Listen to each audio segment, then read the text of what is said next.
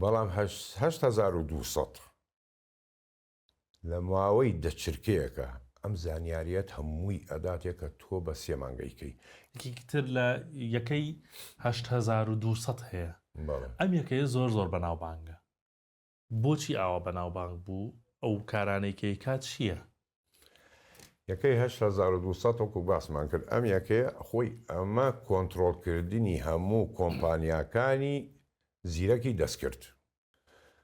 ئەم هێزە سەبز ئازانی چۆنە تۆ ئێستا گەر بتوێ زانیاری دەربارەی دوژمن بزانیتن نەفەرە نێری سیخوڕە نێری زانیاری کۆکەیتەوە معلومات کۆکەیتەوە. ئێستا تۆ شخصێ بنێری بۆ ناو دوژمن زانیاری کۆیتەوە هەتاکو و تەواو کۆیەکە ئەمە کۆ ئەکاتەوە بۆتی دێنێ 3 مانگێوێتن. بەڵام 1970 لە ماوەی دەچرکەیەکە ئەم زانیاریەت هەمووی ئەداتێکە تۆ بە 3 مانگەیکەی.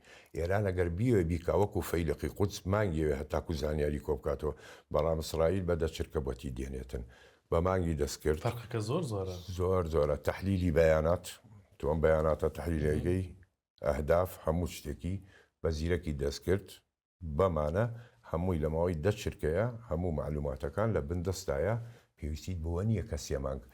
ئەمانە نێزیکەی 500 میلیارد دلار پارە لە بندەستیانایە کە تەتەوری پێەکەن.